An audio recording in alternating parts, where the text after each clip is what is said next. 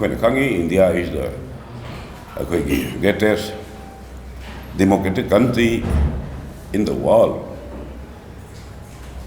Alna sigumba democratic country shigi prime minister OIBA. India ki prime minister do democratic country OIBA. India ki prime minister do Shri Narendra Modi ni. Shri Narendra Modi is the prime minister of this Indian subcontinent. Adumba democratic country si masi linka ki bakanda matamadu ki Bharat ki founding fathers sina Bharat ki praja punamakta wasak hiba madudi to give food to the hungry people, to provide cloth to the naked people, to wipe out every tear from every eyes. Ngasi Bharat Brasha akhona linkali jigi wasak te Bharat LEIRIBA praja punamaki mafi sepla phangdabada mafi piba chawa phangdabada tinjak pijaba Mamita ki mapi tariba punamaki pi taitopato. It is the promise of the then founding fathers of the country. Adu gumba prime minister do laktana Manipur ki ngasi LEIRIBA chahi ani tha mapalom sidai mamita ki mapi kangdaba praja mayam mapi tu taithokna rakpa haidana Manipur ki praja mayam lauba Congress party lauba Bharat LEIRIBA praja puna Manipur da salaga ngasi Manipur ki praja na kab lauriba tengthari base masinang lepu na haibadagi laibu fabadagi haibatai Shri Narendra Modi ji Honorable Prime Minister of India Handak Manipur da mahak lakre mahak lakadu da akhona asa tawi manudi Shri Narendra Modi gumba Bharat ki is such a prime minister of the Indian subcontinent. Bharat ki subcontinent ki prime minister OIRIBA aduga Bharat praja ki praja punamaki mamita ki mapi taithokpa lairama mayamda mabu chaklama mayamda cheng piba phi setaba mayam phi pigani haina wasak hiba aduba subcontinent ki prime minister ma lavakanda we expected a lot of things from the Honorable Prime Minister Shri Narendra Modi. Manu mang lakpadu da akhoi Manipur ki praja puno no yam asata. Akhoi yam ki akhoi ki kapi laubi ba tengthari ba seningai li tabi saningai li tabi awa na nangi ba mayam se masi khadi ko dra haina akhoi na mayam khale. Adu LEIBAK THIBANI Shri Narendra Modi na lakho kanda Narendra Modi lakte hai the Shri Narendra Modi di lai adubu as a prime minister of Indian subcontinent Bharat ki praja laire mayam gi mapi taithona ba laiter mayam da machin chaklam ba chak phang mayam chak pijana ba mapi Tari Mayangi P. Taitong Prime Minister do Adudi Narendra Modi Oina Lai Prime Minister the Yauro Kidre. The Indian Prime Minister who is supposed to whip out every tear from every eyes, to provide food to the hungry people to give clothes to the naked person. Adu minor Adung Prime Minister du lakte Shri Modi na laiba dudi akhoi Manipur da BJP ki khatnabagi double engine nama pokhai bagi mera moto buina Prime Minister oina lakhidre ma Prime Ministry oina lakre ma lai. He has come Manipur as a prime ministry in order to repair this double engine defected government in the state. Aduna tla mangondagi huzik lairiba sigi matangda why amata mahang hairamdi. Aduna Shri Narendra Modi na Manipur lakhibadu akogi Bharat ki Prime Minister amana asa tawba yaba Prime Minister amana laktabanina maki visit Manipur visit toil tawibado thoidong artha leitaba amani aduga thoidong dam hena maki visit to maduda ngasidi Manipur ki praja punamana Bharat LEIRIBA Bharatiya Janata Party amasung ngasigi Bharat Sarkarna Manipur bu aikoi machet tan thuainabgi thorang toribra haibisigi wahang kaya se lai maramdi aikoi khangre madudi aikoi Bharat ki Bharat si aikoi lakting da Shri Narendra Modi ji na haigi madudi BJP आएगा 80 दिन आएगा है BJP आए 80 दिन नहीं आए BJP आए मणिपुर दी 80 दिन 80 बगी दिन लाए now मधुदा अकोई श्री बीरेन चीफ मिनिस्टर ओइंगेदा MLA kunthani thoi akoina karigumpada kaaba ngamagadi Manipur sana leibak koina ngani hai howjik Manipur sana leibak wonai mongta Manipur has become a coup leibak coup gi leibak ni nan Shri Narendra Modi na Prime Minister waina Sulasampur thungadigi amangda coup mangi bugi khanagri duni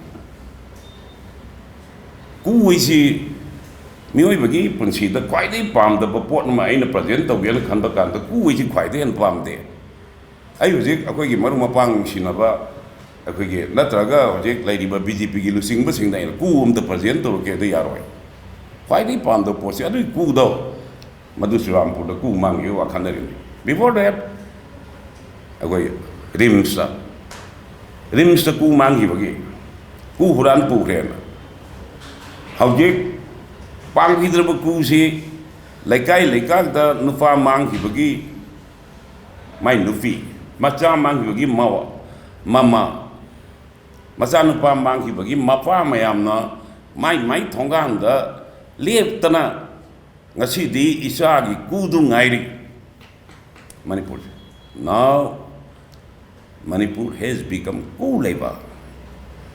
Shri Narendra Modi, Ashidin. Manipur dadi ashi anagi nubit ama porakre Siri Virena sida leiba BJP Sarkarna kugilam da mama koi se porakre madu funa mangto akoi Shri Narendra Modi lakma all this akoi mang tari problem mayam se solve to bigadra haidna Manipur ki praja puna manga ngai bane arubo Shri Narendra Modi na lakududi as a Prime Minister of the country, one of the biggest democratic country, greatest democratic country in the world, Indian subcontinent ki Prime Minister, Maduna, Sadam Mayam, Masinjak Pijaba, Seta Mayam Piba, Mamiting Mapi Mayam, Taba, Mapi Topaki Prime Minister do in the Lakatana BJP ki double engine Pokhai Meram Motonaba Prime Minister in the Laga BJP ki program Mama Moimasen Kanabagi program Mama the engine Meram Motobugi in the Lakibado Madu Antona like Tivan and Lowe a Shri Narendra Modi Lakpakanda. We say Honorable Governor of Manipur City, A.P. Bhala. A.P. Bhala, he is an IS officer. He is a well-educated person. because of his academic achievement, exposure, sangaba, like hairaba, to exposure, mayamduna, he is supposed to know. Bharat ki Pradhan Mantri lagadi, opposition ruling, amati, CSO gi lusingba mayam, kanadana, LEIBAK kari tawada ge haimong thokpani, madu toktana, as we know, akoi government nama haibasi. Government nama haibase masi masana ruling amasung opposition masana legani.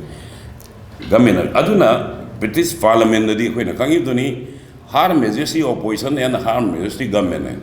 Government haidi ruling ni amasung opposition. Adu unfortunately Handak Modi Lakpa sida akoi sida siri lagi ba mayam no opposition ga baton tok dadna opposition ga yahon dadna akoi Narendra kenona akoi sida LEIRIBA governor na opposition ga yahon dan to is the governor is supposed to know it.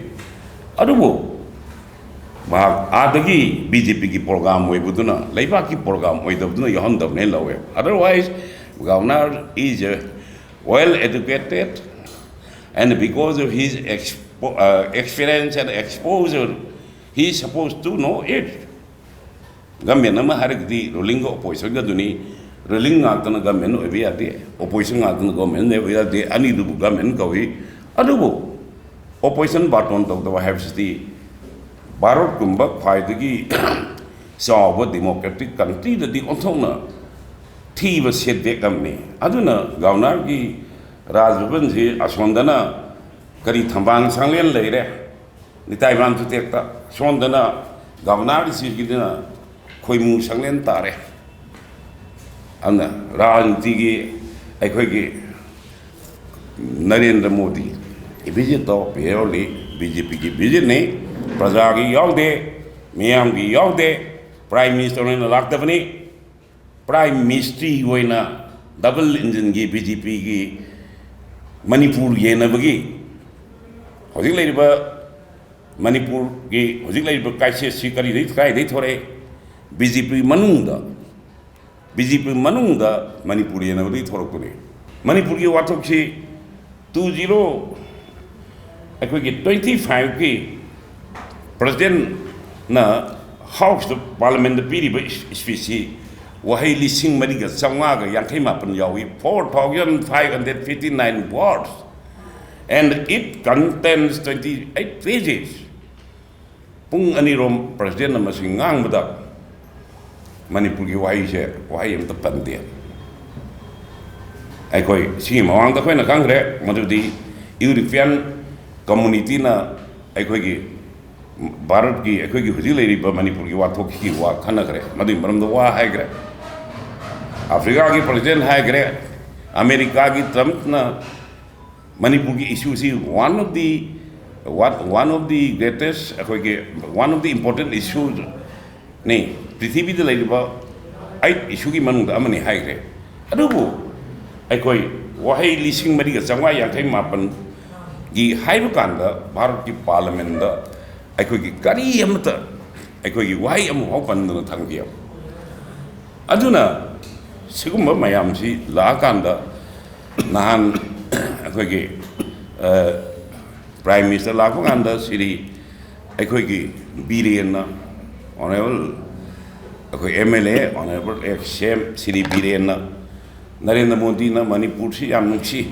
man haibase aduga Manipur ki praja na su Narendra Modi si yam nungshi aduna aina man hai Narendra Modi Manipur yam nungsiraga bu akoi ki Narendra Modi na Manipur yam nungsiraga karigino Sri Modi na Bharat ki Pradhan Mantri oina sida lakta dana BJP ani khanabagi engine meramu tawbo oina prime ministry oina lai ji karigino kana hangi he has come here as a prime ministry, not as the prime minister of the country, Indian subcontinent. Malakte maram karigino. Agoi Sri Narendra Modi lago kanda kuki ngasagi tara ni thoi do tara ma thoi duna mu memorandum pire mayam ubidi duni madudi Manipur Thugairaga separate admission Pibanatana a solution later Hanam Kufia. Other show Siri Narendra Modina, I don't pay warm high there. I think Matangamu, I go Siri Viren, Amazon BJP MIYAM Sina, Narendra Modi Lakda, Yam the Harauna, BJP Okip the Madonna, BJP Maikay the Gay. I think they may am the Honda so Kari Hydra Moita. Moya Adadi, Moitara, represent period of Motida. Manipur Tugayo, a quay the Tet Kari of a turtle, a quick turtle conction pio, a quick HAIRIBA, a quick only the Kari Haire. Moi Songi MLA, a quick state of LEIRIBA, ruling the LEIRIBA, BJP, MLA in the Maduna. Ngasi Lakpa Prime Minister the Kari Haira Government Amalaiba have state the Prajagi life amasung liberty ngak wife here Masi Matonga Ado BJP Sahi Tarit Nipangi Sasol Legre Huzi PR Tori BJP lay BJP government Richard Irish Ado Kari Prajagi life and the liberty as you correct the lay life and the liberty Akwai City Birin government do lay da BJP the Labor MLA sing do try the labor no idea key and the relay name BJP na Sason Pai the BJP MLA na Manipur the labor key but Dili the Salaba Adagi BJP speaker or river Siri Saitabatana was it no mega Siantona Sivai si Kari Haini Gari Taramuka in the Saline the Kanano man key Congress key to Ripra Kanano. I don't get the Saitabat do not see Impal Manunda mounted no way as was kin of God. Sibai Nifu Yanka got Salabiri and the Simi so the Sibai Chang were low back. At the opposition da a quick Karawang Angiba Sibaiga, Mata Rupi and Lotopa. Maduki democracy to all. State authority. Adeki Amana opposition have one Ankandana, government say here. Sarkar say the opposition democracy will labor. Sarkar do say we have to Madu democracy go ever. Sarkar do Madubu Saiva, debate, dialogue, discussion, it is democracy. Say Yadav Sarkar, say Yadav Sarkar, dictator go, opposition them the Moing up pan Banam. Maduki Moing up pan, but Sarkar, the Roman, put the Tamdoja. Parot to Tamdoji Maduro. Aduna, I know Loishalapota, Sri name Narendra Modi na Manipur, NUNGSHI do, Simangani Adubu, Manipuki film Urga Sri Narendra Modi na Equi Manipuki Huzik Lady Awana Tabe, Madam the Wahayam the Hiram than the Manipur Pazada, Manipur Tugaidra, BJP na Manipur Tugaidoriba has gising the Hangale, Loinana, Sri Narendra Modi, Concha to Ariamba, Manipur to in Artale the boy.